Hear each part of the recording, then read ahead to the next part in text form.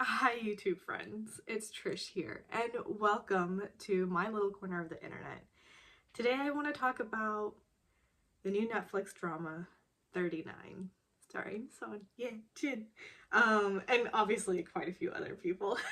I had seen on Instagram in the past month sometime, I think, a clip from the new drama. It was like a teaser sort of thing, and so excited because I've seen Son Ye-Jin in a couple of dramas and I've always sort of really loved her, but especially I watched Crash Landing on You. I love Crash Landing on You. I've seen it 5 or 6 times, I think, by now. Um, I watched it, I think, twice in a row by myself, and then I watched it another time. I forced my sister to watch it. She's not really into the romance and that kind of stuff too much, but I told her she has to watch this. So, Crash Landing on You is a beautiful and amazing, but also thrilling watch. But in the meantime, I started watching 39 and I really like it. And so I'm gonna sit here and talk about it a little bit, or a lot of it, most likely, because I'm a rambler. Let's talk about some of the main characters and some of the connections between these characters with each other. Okay, so let's get into it. Yeah, the drama 39 is about three best friends, and it's Mijo, Chanyung, and Juhi, and they've known each other since they were 18 years old. Their friendship started off on a misunderstanding, but they have been friends since then, so they're very close, and obviously they're 39 years old now. Cha Mi-jo is the main character. She's played by Son Ye-Jin. Well, she's the main of the trio, I would think. Or maybe the trio they are the main characters, but I think it's just because Son Ye-Jin is the one that I know the most, that to me, she's like, uh, every drama she's in, she's the main character. Anyway, she is a dermatologist, and she's opened a clinic, and for the past 5 years been sort of like paying off the loan and stuff, and she's finally done, and she's decided she's going to go on sabbatical for 1 year. She's coming to the US. She's going to Palm Springs, I think is what she said, to play golf. So shockingly, she just sort of makes this decision and doesn't tell anyone about it so much. Or at least she must have told someone, because her older sister works in the clinic with her. Comes in and is like, I heard a rumor that you're leaving, or that you're hiring a director. I think it's actually, she comes in saying that she's hiring a director. And I guess the question is why. And so that's when she tells her sister that she's leaving for a year. And her sister doesn't take it very well and asks if she had told her parents, and she hadn't. And they have this hilarious relationship. Mijo is adopted, and so she sort of brings that up sometimes. Usually when she's put in a corner, she'll just it's I guess it's her way to get what she wants, or to get them to stop being mad at her. I have no idea, but it's really funny and it's cute. So that's Mijo. At the beginning of the episode, is we find that she's about to go on sabbatical and she hasn't really told anyone, but her sister just found out and she's hid it from her parents as well. I don't know if hid is quite the right word. Maybe she just recently decided that she's going to do this, and now it's just the process of telling everybody. And we just happened to catch her at that time. I have no idea. Okay, so the next of the trio, Chanyung, She is an acting coach, but later on we sort of find out that she in the past had been going on auditions, so she wanted to be an actress. And she's got a bit of a messed up romantic situation going on. Mijo says that she is having an affair, but Chanyung will adamantly say that it's not an affair, and basically has been in a situationship of sorts with this guy. His name is Kim Jin-suk, and he is also sort of long-term friends-ish, more like acquaintance, I get the feeling, of Mijo.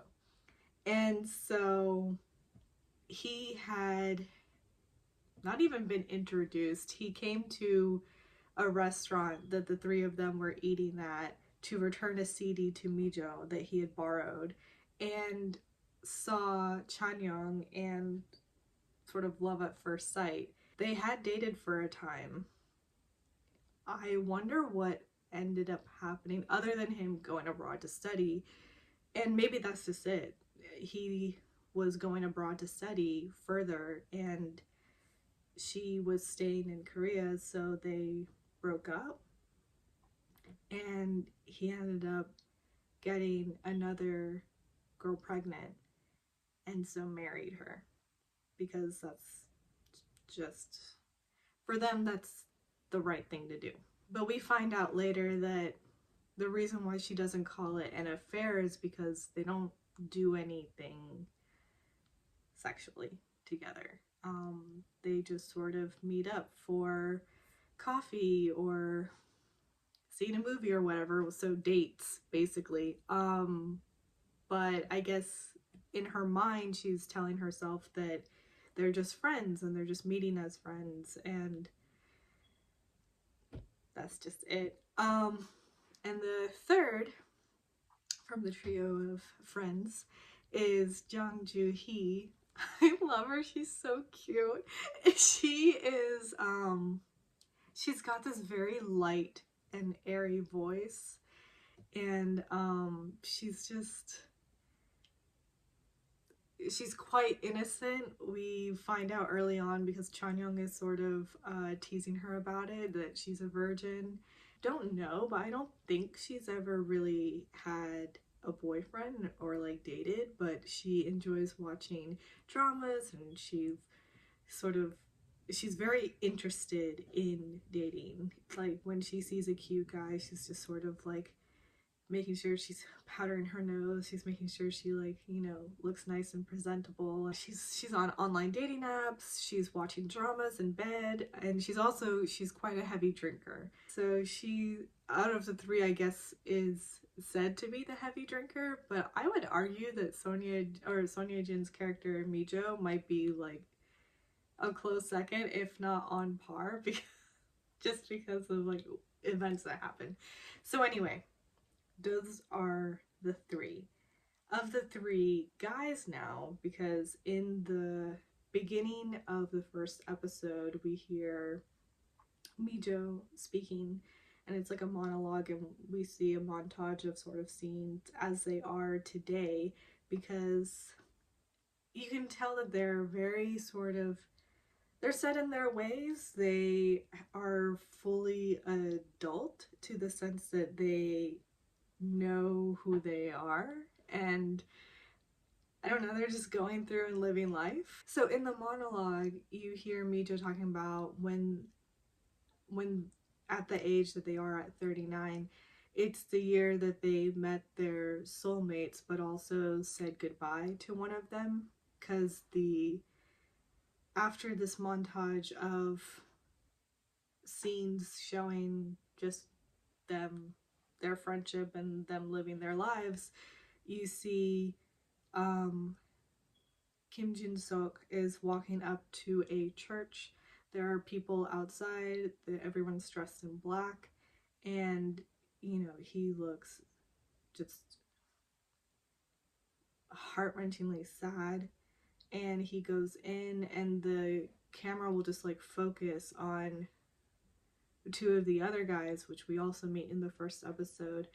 And so in the beginning, you know that one of the girls is going to die. You don't know yet who, which is just so sad. Because 39, and especially as you see them, I mean, yes, they are adults, but they're not old by any means.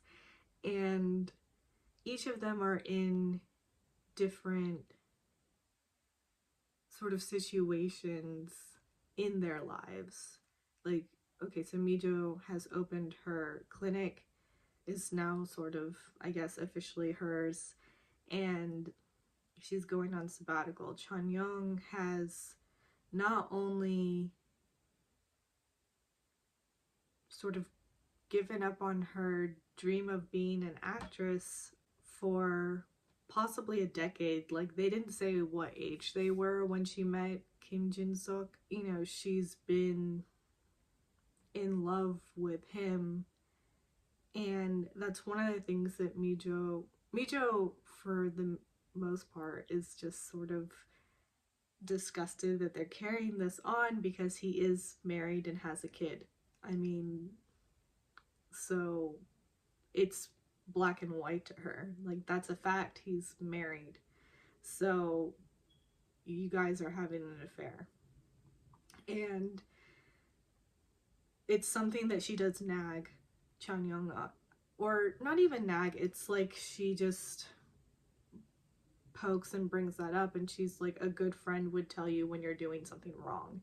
Chanyung and Jin-suk have had this long-standing situation going on, so she really, I mean, frankly, has wasted her 30s in this unrequited love, and that's just really sad. And Jang Joo-hee, she is